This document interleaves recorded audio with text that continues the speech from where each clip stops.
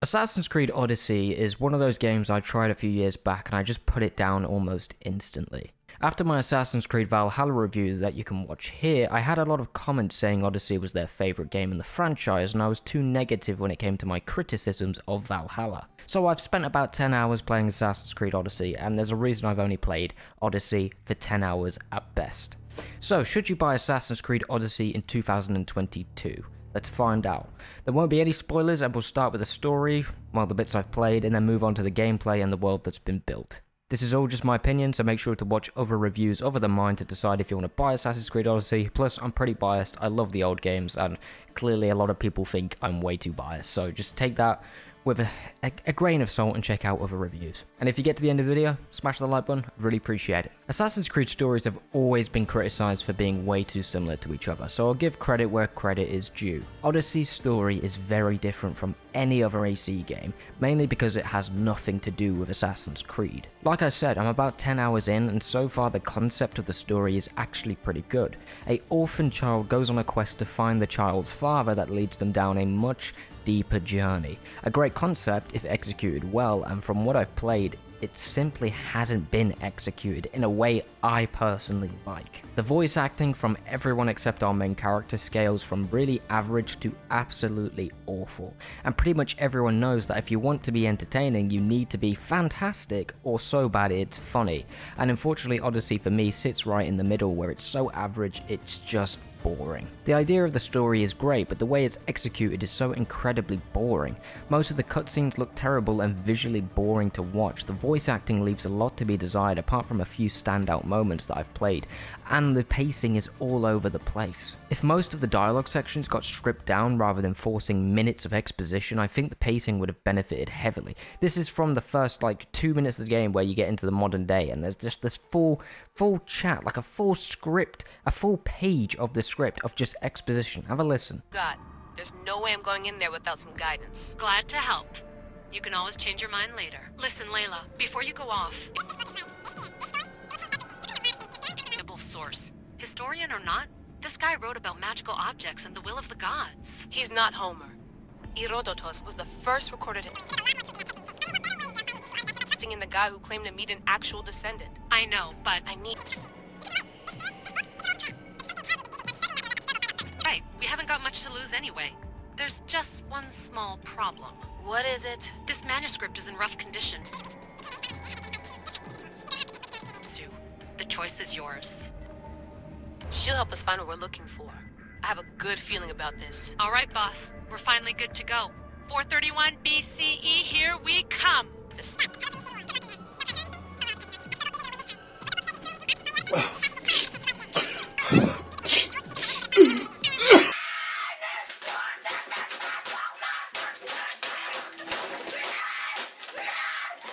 The new dialogue system Ubisoft added is about as in-depth as its company's morals, which, if you don't know, is pretty damn awful. All of these negatives are pretty depressing, but I do have to admit I saw a lot of potential in what was being crafted here, but at the same time it feels like Ubisoft popped a concept of a potential story into a computer and let an AI write it and direct it.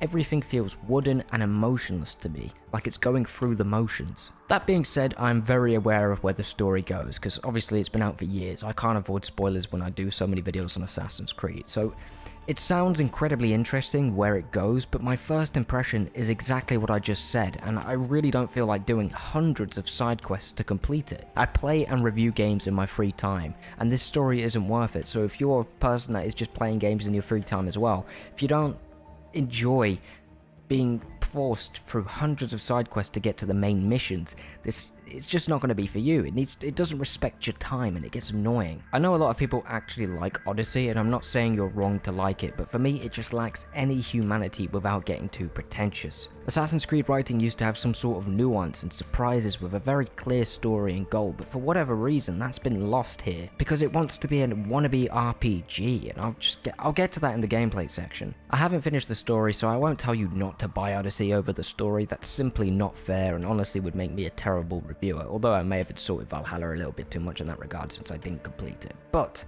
we should get to the gameplay, and I can definitely tell you if you should buy AC Odyssey after this. So let's go.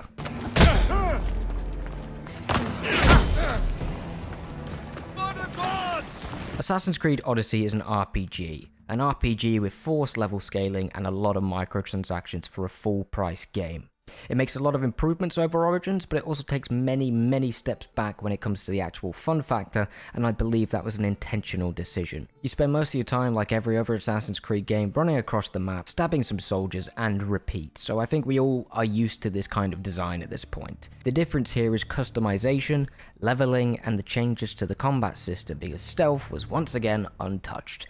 That would require some competent AI and interesting level design, Ubisoft. Customization has been improved significantly for an Assassin's Creed game. I still remember the days of Assassin's Creed 2 where I was amazed that I could change my colours of the outfit, because Assassin's Creed 1 didn't have that.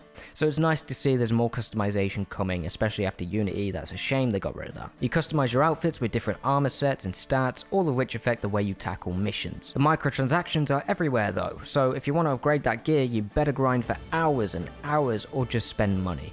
Quick detour, I'll mention side quests, but really what they are microtransaction advertisements disguised as side quests. The most notable change was the fact you can't one-hit assassinate enemies that are a higher level than you.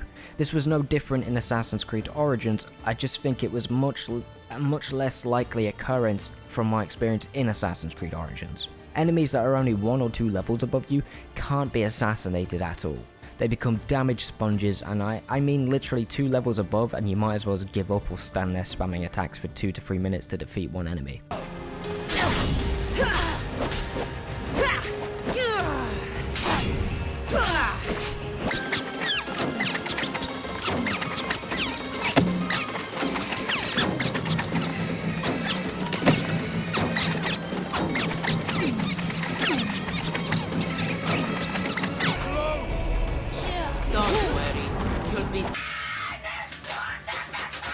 I did have a comment on my community post saying that I should focus on crit damage, you know, like every other RPG, you want crit damage.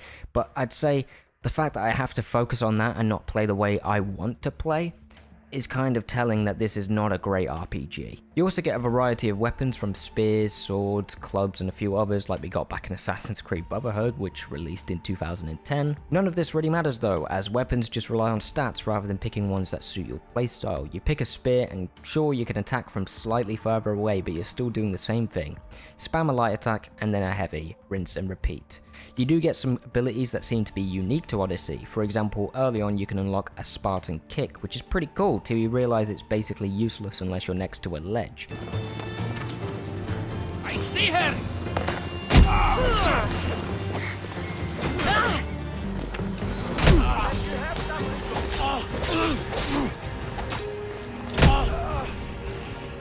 Don't take it personally, Pierce.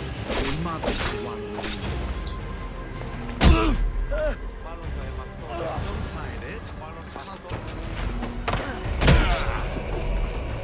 Which will then turn into a one-hit kill basically on any enemy, and you know, that's cheese. But honestly, it's the ideal way to play Odyssey if you don't want to spend 10 minutes taking out a single group of enemies. There are also various other abilities that I didn't unlock, but I've seen plenty of gameplay, and well, it's just not Assassin's Creed, is it? I'm not going to use that too often because I know that's the go-to thing when it comes to Odyssey, but it's definitely not Assassin's Creed. You can teleport, you're basically a god. You're a superhero in an Assassin's Creed game. Well, not a superhero. You can choose if you want to be a villain in some sense. We'll get to that. Other than that, not much has changed. You have a bunch of fetch quests, side missions, as well as your usual bases spread across the map that take far longer to beat now because of the additional boring side objectives and level scaling. Level scaling is used for New Game Plus usually, especially in RPGs, because it makes the enemies scale up to your level so you're not too overpowered and can still provide a challenging experience while still having all your abilities from the start of the game. But here, Ubisoft forces it from the get-go. You can't turn it off, which basically means every time you get level gated in a specific main mission, you have to go down to side missions to level up. The only problem is, those levels mean absolutely nothing. It's worthless, as the enemies scale up with you anyway, so all that grinding you did is pointless. All it was doing was forcing you to play boring side quests to pad out the game, hoping to exhaust you so you can buy those XP boosts, and of course they advertise the Ubisoft store everywhere you go. How convenient. Basically you can only be 4 levels higher than enemies until they scale up, and what's the point of leveling up if that's the case? I want to be able to go to the start of the game, fully leveled up and beat the shit out of everyone, but you can't do that because everyone scales up, because they want to keep you grinding in this game. There's no progression, I guess. This still affected me significantly before I hit level 25, which is the notorious moment where Odyssey grinds to an absolute halt and makes you grind till you want to break your fingers. The fact I was getting burnt out before I even hit level 15 is pretty telling, and usually I really enjoy these AC games, even the more repetitive ones like AC Syndicate. But credit should be given where it's due. I did find the combat pretty fun for the first hour. It was cool learning how it all worked, what had changed, until I realised this was going to be it for the next 30 hours, and I'm sorry, I just didn't want to play Odyssey for that long.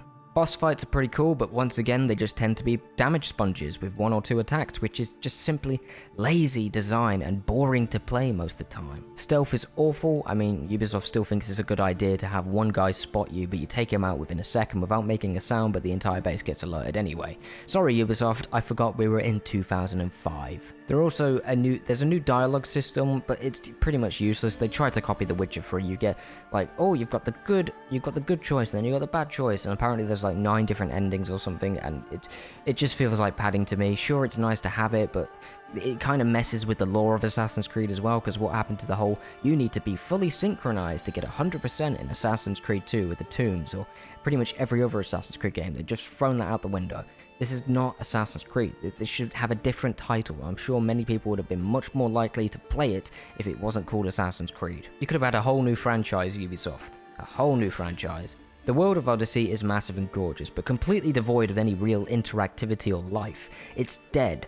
I've put this in as a joke, this world section. I know some of you love this world, but I just hated it. It feels empty, sounds empty, and didn't intrigue me once. It's a gorgeous painting, but you can't touch it because it will break the illusion. There's no interactivity whatsoever, apart from talking to mission givers. You can't talk to any NPCs, you can't really interact with any of them or anything like that. I mean, I think you can kill them, but it's kind of, why? What, is that all I can do? Really?